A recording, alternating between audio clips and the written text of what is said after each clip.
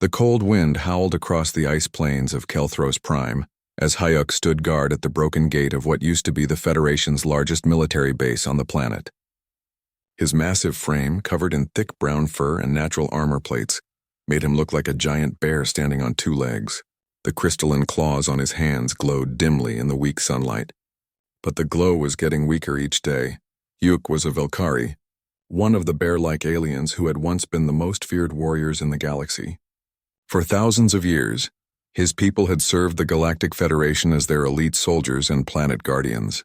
When there was trouble on any world, the Federation would send the Velkari. When pirates attacked trading ships, the Velkari would hunt them down. When rebellious planets tried to break away from Federation rule, the Velkari would bring them back in line. But those days were long gone now. Hyuk walked through the empty base, his heavy footsteps echoing in the abandoned halls. Rust covered the metal walls and ice had formed in the corners where the heating systems no longer worked. The Federation had stopped sending repair teams 3 years ago. They had stopped sending supply ships 2 years ago. And 6 months ago, they had stopped sending the Zephyrium crystals that the Velkari needed to keep their natural armor strong. In the main command room, Hyuk found Nari working on an old computer terminal. She was smaller than most Velkari, but her silver fur and bright blue armor plates marked her as one of the smartest engineers on the planet. Her claws moved quickly over the broken keyboard, trying to fix the communication system for the 100th time. "Any luck?" Hyuk asked, sitting down on a chair that groaned under his weight. Nari shook her head without looking up. "The Federation changed all their communication codes again. Even if I could get this old thing working, they would not answer our calls." Hyuk felt anger growing in his chest.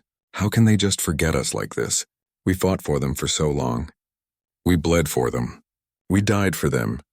Because they do not need us anymore, Nari said sadly. Their new AI drones can do everything we used to do. Their energy weapons can destroy anything. They think we are just old animals who belong in the past. Outside, Hyuk could hear the sound of young Velkari training in the snow. Their roars were not as strong as they should be. Without proper food and Zephyrium crystals, the new generation was growing up weaker than their parents. Some of the youngest cubs could barely form armor plates on their skin. Hyuk walked to the window and watched the training session. Elder Wook was teaching a group of teenage Velkari how to fight with their claws. The old warrior moved slowly, his once black fur now gray with age, but his movements were still precise and deadly. "Remember," Wook called out to his students, "your claws are not just weapons. They are tools. They can cut through metal, break through rock, and even disrupt energy fields if you know how to use them right."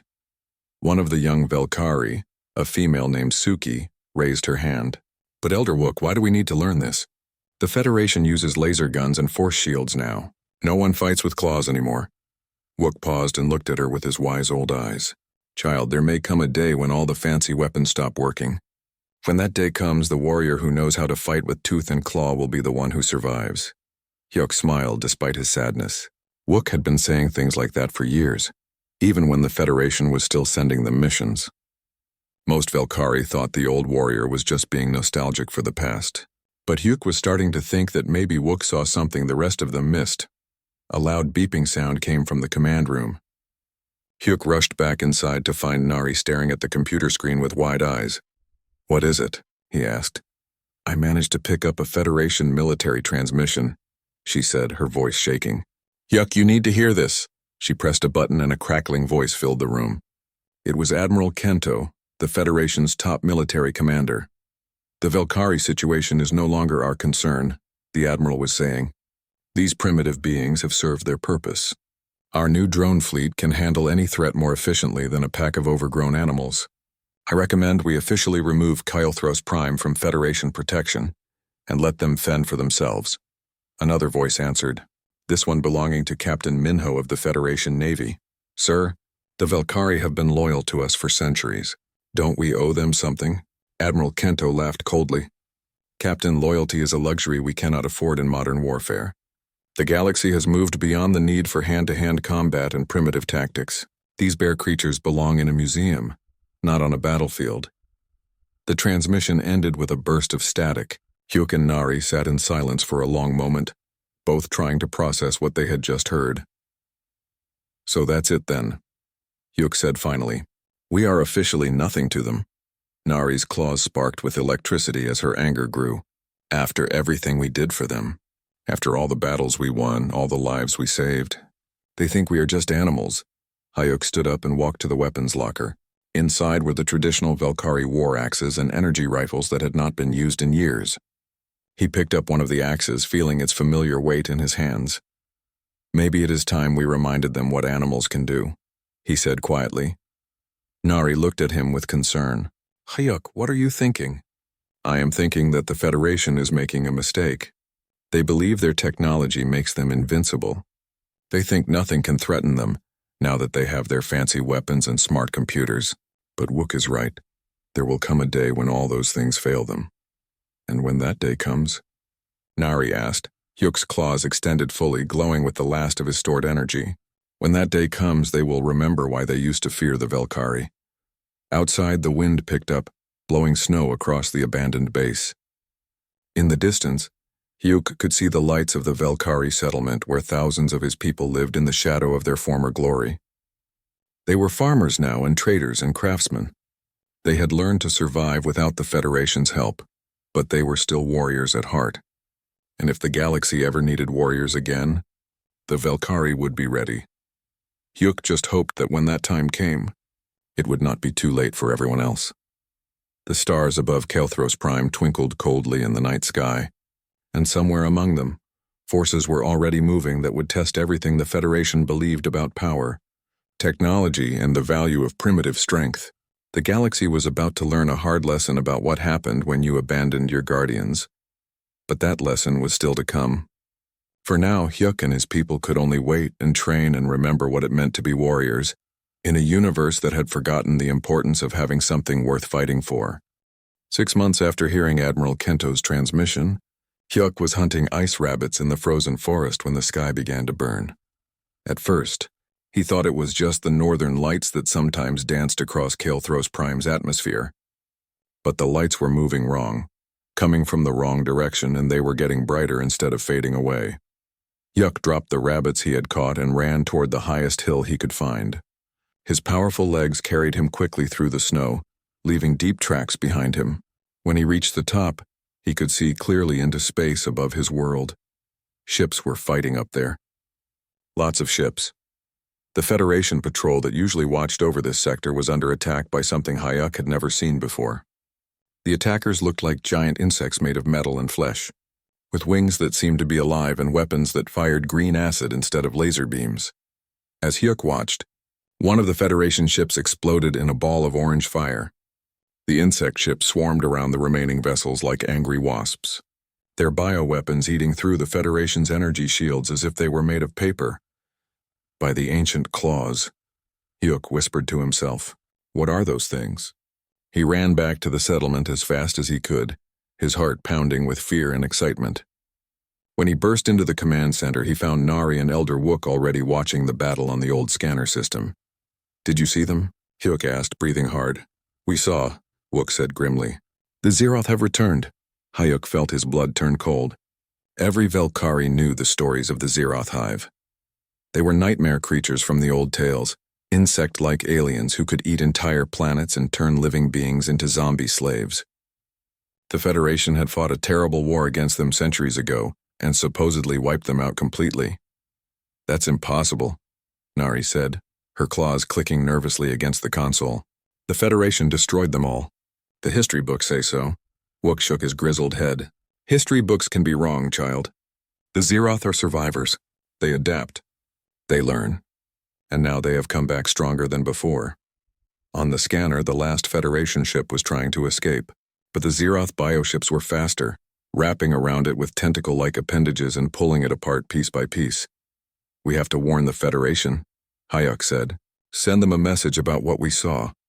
Nari tried the communication system again, but all she got was static. I told you they changed their codes. Even if I could reach them, do you think they would listen to us? We are just primitive animals, remember? Hyuk felt anger burning in his chest again. The Federation had abandoned them, called them useless, treated them like pets instead of allies. But even after all that, his first instinct was still to try to help them. That was what being a guardian meant. Over the next few days, More reports came in from across the galaxy. The Zeroth were attacking everywhere at once, hitting Federation worlds with a fury that shocked everyone. Their bioships could heal themselves when damaged, adapt to any weapon used against them, and worst of all, they could take control of Federation AI systems and turn them against their creators. The Federation's greatest strengths had become their greatest weaknesses. Their reliance on artificial intelligence meant that the Zeroth could hack into their systems and control their drone fleets. Their advanced energy weapons were useless against Zeroth bioarmor that absorbed and redirected the attacks. Their space stations, designed to be run by computers, became death traps when the Zeroth took control. World after world fell to the insect invaders. The Federation fleet, so proud and powerful just weeks before, was scattered and running for their lives. Yuk managed to contact Captain Minho, whose ship had barely escaped a Zeroth attack near the Proxima system. The captain's face on the screen looked tired and scared. "Captain," Hayuk said, "we saw what happened here. These Zeroth creatures are dangerous. My people know about them from the old stories. We can help you fight them." Captain Minho shook his head. "I appreciate the offer, Hayuk, but what can you do that our weapons cannot? These things are immune to everything we throw at them. They turn our own technology against us." "That is exactly why you need us," Hyuk insisted. "We do not rely on technology. We fight with claw and fang and strength, things that cannot be hacked or turned against us." But Captain Minho was already ending the transmission. "I'm sorry, but Admiral Kento has declared martial law. All civilian populations, including yours, are ordered to shelter in place and await evacuation. We'll contact you when we have the situation under control." The screen went dark, leaving Yuk staring at his own reflection in the black monitor. "Evacuation?" Nari said bitterly. "They want to evacuate us like helpless refugees while our enemies destroy everything we swore to protect." Elder Wook had been quiet during the conversation, but now he stood up slowly. "There will be no evacuation," he said firmly. "The Zeroth know about us. They remember the old war, and they remember that the Velkari were the only ones who could fight them without technology." "What do you mean?" Hayuk asked.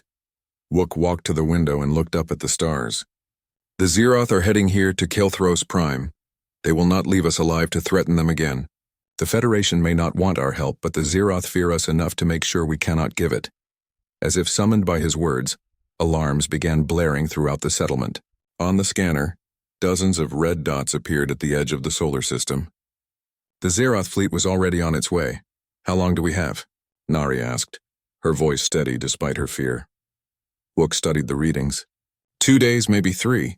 They are not rushing because they do not think we can threaten them. Hyuk felt something awakening inside him, something that had been sleeping since the Federation abandoned them. It was the warrior spirit that had made the Velkari legendary across the galaxy, the part of him that had been bred for battle and trained for war.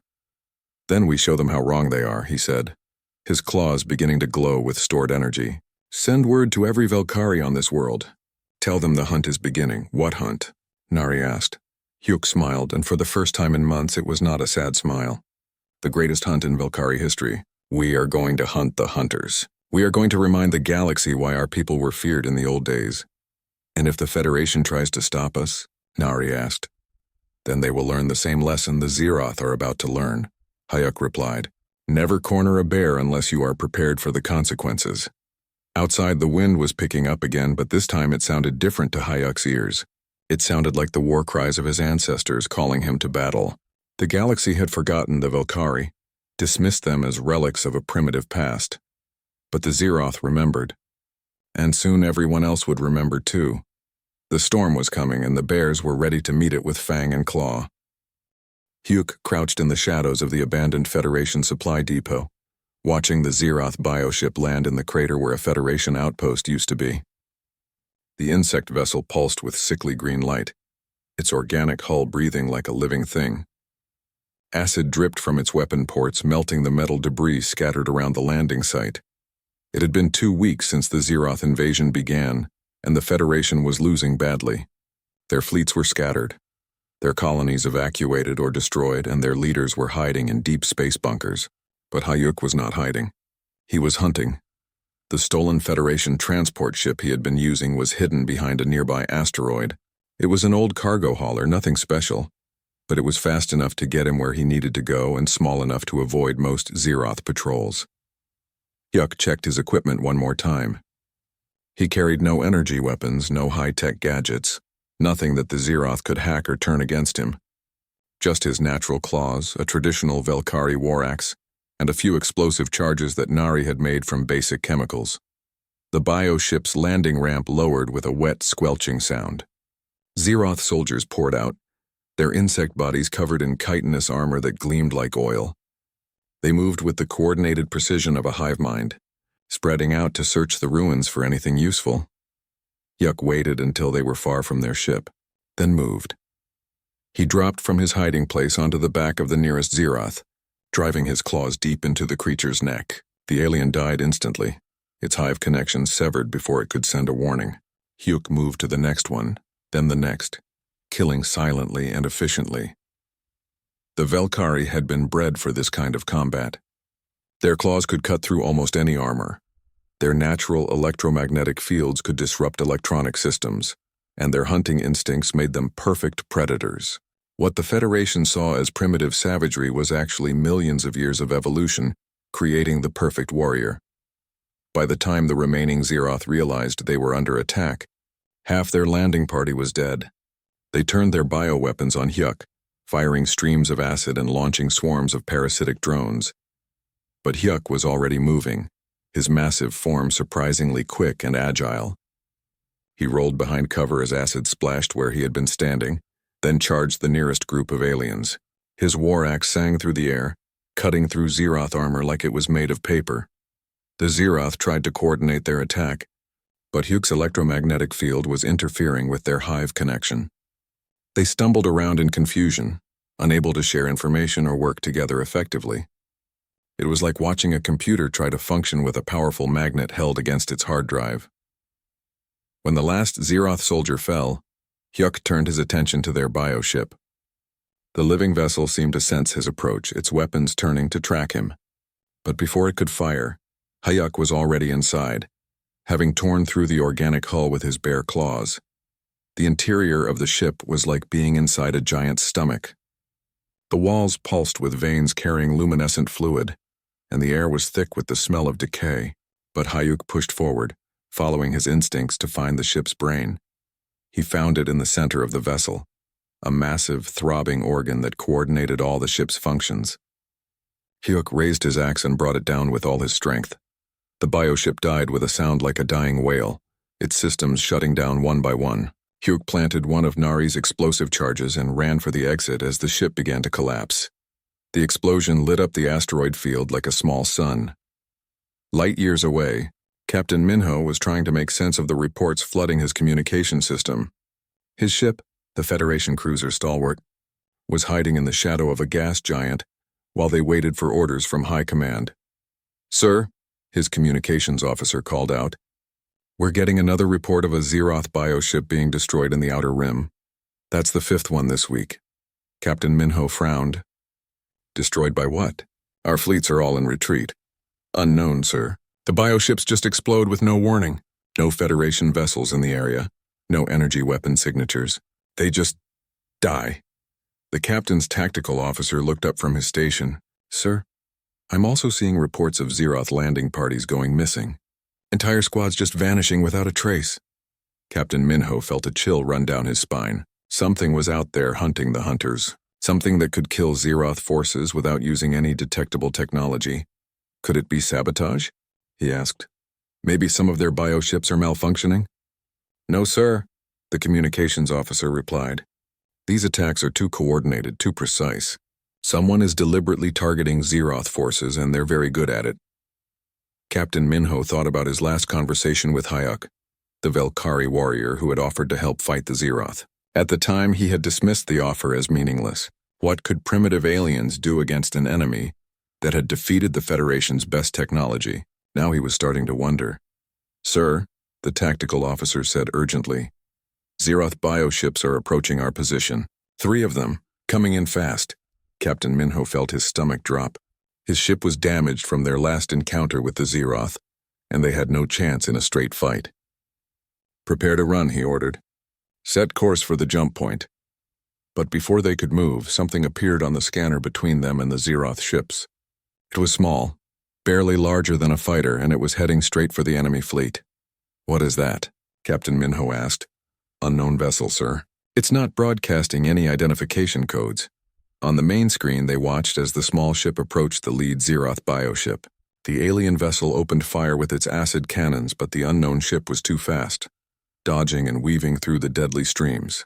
Then, impossibly, the small vessel rammed straight into the bioship's hull. For a moment, nothing happened. Then the bioship began to shake and convulse. Green fluid leaked from tears in its hull, and its weapons stopped firing. "The bioship is losing power," the tactical officer reported in amazement. "All its systems are shutting down." The dying bioship exploded in a brilliant flash of light.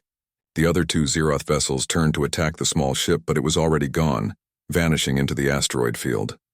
"By the void," Captain Minho whispered. "What just happened?" His answer came a few minutes later when his communication system crackled to life. The voice that came through was deep and growling, definitely not human. "Federation ship stalwart, this is Hayuk of the Velkari. I have cleared the immediate threat. You are safe to proceed." Captain Minho stared at the communication panel in shock. "Hayuk, how did you—" "What did you do?" "I did what Guardians do, Captain. I protected those who needed protection, even when they did not want it. But how? Our weapons can't even scratch those bioships." There was something that might have been a laugh in Hayek's voice. "Your weapons, Captain, not mine. The Zeroth build their ships to resist energy and technology. They forgot about Tooth and Claw."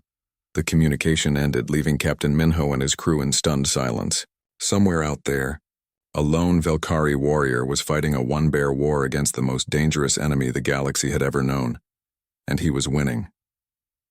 Captain Minho thought about Admiral Kento's words, calling the Velkari primitive animals who belonged in the past.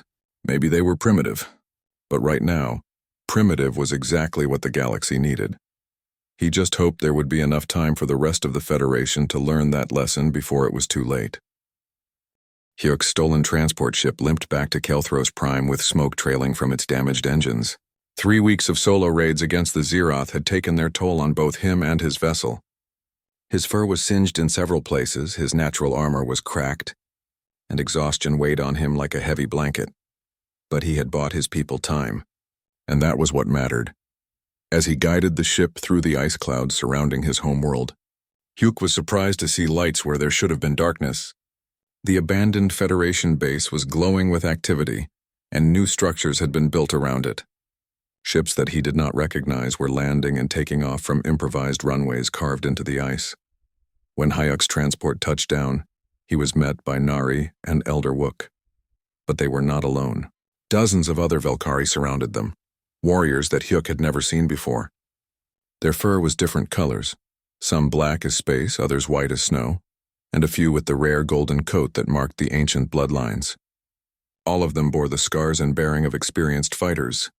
"Welcome home, War Chief," Elder Wook said, using a title that Hyuk had not heard in years. "War Chief?" Hyuk asked, confused. "I am no leader. I am just one warrior doing what needed to be done." Nari stepped forward, her blue armor plates gleaming with fresh Zephyrium crystal inlays. "While you were hunting the Zeroth, we were hunting something else, our lost brothers and sisters." She gestured to the gathered warriors. "These are Velkari from across the galaxy. When the Federation abandoned us, they scattered our people to dozens of different worlds. Mining colonies, agricultural planets, frontier outposts. Anywhere they thought we would be useful but out of the way." A massive male with black fur and silver scars stepped forward. "I am Tay from the Rigel mining station. When your message reached us, we remembered what we truly are." Another warrior, this one female with white fur marked by acid burns, spoke next. "I am Hana from the Vega frontier. We have been fighting pirates and raiders for years, learning new ways to kill." More Velkari introduced themselves, each with their own story of abandonment and survival. Some had been working as laborers on Federation construction projects. Others had been stuck on remote research stations or forgotten military outposts. All of them had been dismissed as obsolete, left to fade away while the Federation moved on without them. But instead of fading, they had adapted. They had learned. They had grown stronger. "How many?" Hyuk asked, looking around at the assembled warriors. 3,000 so far," Wook replied. "More are coming every day." Word is spreading through the old networks, the ones the Federation never knew about. Yuk felt something stirring in his chest, something he had not felt since the Federation first abandoned them. Hope. "Show me what you have been building," he said. Nari led him through the transformed base. The old Federation command center had been completely rebuilt, using Velkari engineering principles. Instead of relying on complex computer systems, everything was mechanical and manual. Gear-driven communication arrays, hand-cranked weapon systems, and steam-powered generators that could not be hacked or disrupted. "We learned from your reports," Nari explained as they walked. "The Zeroth can take control of any electronic system, but they cannot hack a mechanical lever or a steam engine. So we built everything the old way." In the weapons depot, Yuk found something that made his heart sing. Thousands of traditional Velkari weapons, war axes, claw blades, and crystal-tipped spears. But these were not museum pieces. They had been improved and modified, combined with scavenged Federation technology in ways that enhanced their effectiveness without making them vulnerable to Zeroth interference. "Kinetic projectile weapons with Zephyrium cores," Tay explained, showing Hayuk a crossbow that looked like it could punch through a starship hull, chemical explosives with proximity triggers, monomolecular wire traps, all the things the Federation forgot about because they were too simple. In the medical bay, Hana showed Hayuk how they had been treating Zephyrium crystal deficiency. "We found that the crystals are not just for armor," she said. "They store and amplify our natural electromagnetic fields. Without them, we get weak, but with them," she demonstrated by powering up a dead Federation computer terminal with just the energy from her claws. The screen flickered to life, displaying Federation tactical data that the Zeroth had been unable to access. "We can disrupt their biotechnology," she continued, "interfere with their hive connections, make their living ships sick and confused.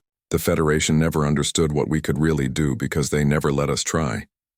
Elder Wook led Hayuk to the highest tower of the base, where a massive communications array had been built from salvaged parts and Velkari ingenuity.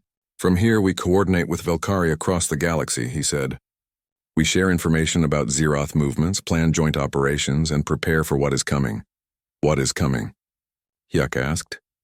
Wook pointed to the scanner displays showing the edge of their solar system. Red dots were gathering there, more than Hayuk had ever seen in one place. "The main Zeroth fleet," Wook said grimly. "They have decided that we are too dangerous to leave alive. They are bringing everything they have to finish us." Yuk studied the readings. Hundreds of bioships, possibly thousands. More firepower than had ever been assembled in this part of the galaxy. "How long do we have?" 2 days, maybe 3. "They are taking their time because they want to be sure. No survivors, no witnesses, no chance for any Velkari to escape and cause trouble later." Yuk felt his warrior instincts analyzing the situation. They were outnumbered, outgunned, and trapped on a single world with nowhere to run. By any logical calculation, they were doomed. But logic had never been the Velkari way. "Good," Yuk said, surprising everyone. "Let them come. Let them bring everything they have." "Yuk," Nari said carefully, "there are too many of them. Even with all our preparations, we cannot fight an entire fleet." Yuk smiled, and it was the fierce smile of a predator who had found worthy prey. "We are not going to fight their fleet, Nari. We are going to do something they will never expect." "Which is?" "We are going to invite them to land." The other Velkari stared at him in shock, but Elder Wook began to chuckle. "Of course," the old warrior said. "They expect us to cower in our caves or try to run. They think we will fight like the Federation, ship to ship in open space. But we are not the Federation," Hayuk continued. "We are hunters, and this world is our hunting ground. Let them land their armies on our ice. Let them try to dig us out of our caves and strongholds. They will learn why every predator species in the galaxy used to fear the Velkari." Tay grinned, showing his impressive fangs. "A trap. We turn the entire planet into one giant trap." "More than that," Yuk said, looking out at the ice fields where his people had been training for weeks. "We turn it into a teaching moment. The galaxy has forgotten what real warriors can do. The Zeroth are about to remind them." As if summoned by his words, alarms began sounding throughout the base. The Zeroth fleet had arrived at the edge of the system and was beginning its approach to Kelthros Prime. Hyuk looked around at his people, warriors who had been scattered, abandoned and written off as obsolete. But they had not broken. They had not given up. They had remembered what they were and had made themselves stronger. "Send a message to any Federation ships still in range," he ordered. Tell them that the Velkari accept the Zeroth challenge. Tell them to watch and learn what happens when you corner a bear. The hunt was about to begin, and this time the bears would not be alone. The Zeroth fleet darkened the sky above Kelthros Prime like a swarm of metal locusts. Thousands of bioships hung in orbit, their organic hulls pulsing with malevolent life. The largest of them was the size of a small moon, its surface covered with weapon ports that dripped acid into the void. Captain Minho watched from his hidden position behind one of the planet's ice moons, his ship's sensors recording everything. Admiral Kento had ordered all Federation forces to withdraw from the system, officially writing off the Velkari as acceptable losses in the greater war effort. But Minho could not bring himself to leave. Something told him that what happened here would change everything. On the planet's surface, Hyuk stood with his war council in the ice caves beneath the old Federation base. The ancient caverns had been carved by Velkari claws centuries ago, when his people first settled this world. Now they would serve as the final battleground. They are beginning their assault, Nari reported, checking her mechanical scanners. Hundreds of landing craft all heading for our main settlements. Elder Wook smiled grimly. Just as we planned. They think we will defend our homes like the Federation defends their cities, with walls and shields in fixed positions. But we are not the Federation, Tay growled, testing the edge of his crystal-tipped spear. We are hunters, and hunters do not sit in caves waiting for their prey to find them. Hyuk activated the communication system that would reach every Velkari on the planet. My brothers and sisters, he said, his voice echoing through tunnels and caverns across the world. Today we hunt the greatest prey our people have ever faced. The Zeroth think they have come to exterminate us. Instead, they have delivered themselves into our claws. On the surface, the first Zeroth bioships landed in the empty settlement where the Velkari used to live. Thousands of insect warriors poured out, their chitinous armor gleaming in the weak sunlight. They spread out in perfect formation, expecting to find cowering civilians or desperate defenders. Instead, they found empty buildings and howling wind. The Zeroth pushed deeper into the settlement, their hive mind coordinating their movements with mechanical precision. But as they advanced, strange things began to happen. Scouts would vanish without a trace, weapons would malfunction for no apparent reason, and always there was the feeling of being watched. Then the ice began to crack beneath their feet. The first trap was simple, but devastating. The Velkari had spent weeks weakening the ice beneath the settlement, creating a network of hidden crevasses and unstable surfaces. When enough Zeroth weight pressed down in the right places, entire sections of the settlement collapsed into the frozen lake below. Hundreds of Zeroth warriors plunged through the ice into the dark water, their heavy armor dragging them down. Those who tried to climb out found that the edges of the holes had been lined with monomolecular wire, invisible and sharp enough to cut through their exoskeletons. But that was just the beginning. As the surviving Zeroth regrouped, the real hunt began. Velkari warriors emerged from hidden tunnels, struck with claw and blade, and vanished back into the ice before the Zeroth could react. Each attack was precisely timed to disrupt the aliens' hive connection, leaving them confused and isolated. Hana led a pack of white-furred Velkari through the glacier caves, using their knowledge of the terrain to appear and disappear like ghosts. Their claws, charged with Zephyrium energy, could cut through Zeroth bioarmor like it was soft flesh, and their electromagnetic fields disrupted the aliens' internal communication systems, turning their greatest strength into a weakness. Above ground, Tay and his black-furred warriors used the planet's frequent ice storms as cover. They would emerge from the blowing snow, strike with devastating force, and melt back into the whiteout conditions before the Zeroth could coordinate a response. In space, the Zeroth fleet commanders watched their ground forces being systematically destroyed by an enemy they could barely detect. Their bioship sensors, designed to track Federation technology, were nearly useless against opponents who fought with tooth and claw. Impossible, hissed the Zeroth Hive Queen, her massive form pulsing with rage inside the command bioship. These primitives should be easy prey. Deploy more forces, flood the planet with our warriors. More landing craft descended, disgorging tens of thousands of Zeroth troops. But instead of overwhelming the Velkari, they only provided more targets for the hunt. Hyuk led the deepest strike, taking his warriors into the heart of the largest Zeroth landing force.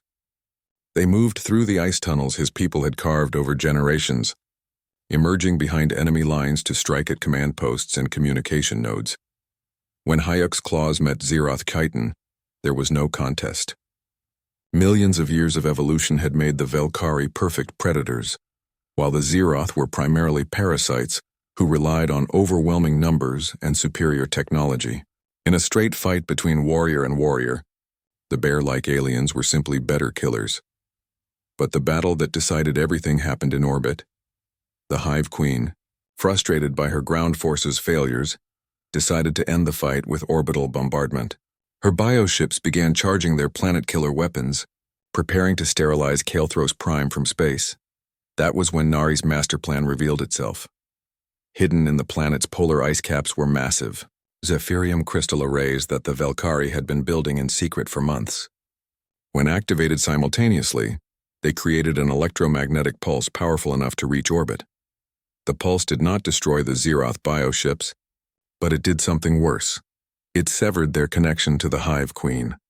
For the first time in their species' history, individual Zeroth found themselves alone in their own minds, cut off from the collective consciousness that had guided them since birth.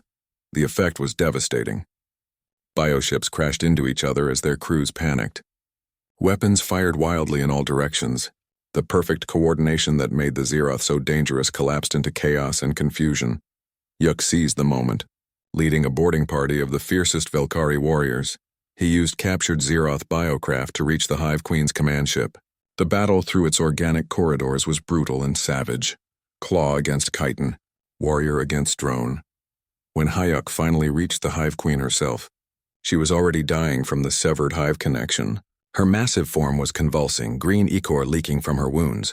How? She gasped with her last breath. How did primitives defeat us? Hyuk looked down at the dying alien queen, feeling no satisfaction in her death, only sadness for the waste of it all. Because you forgot the most important thing, he said quietly. We were never primitive. We were just patient. The destruction of the Hive Queen caused a cascade failure throughout the Zeroth fleet. Without their guiding intelligence, the bioships began attacking each other or simply shut down completely. In less than an hour, the greatest invasion force in galactic history had become floating debris. Captain Minho, still hidden behind the ice moon, watched in amazement as the impossible happened. A few thousand primitive warriors had just defeated an enemy that had brought the mighty Federation to its knees. His communication system crackled to life.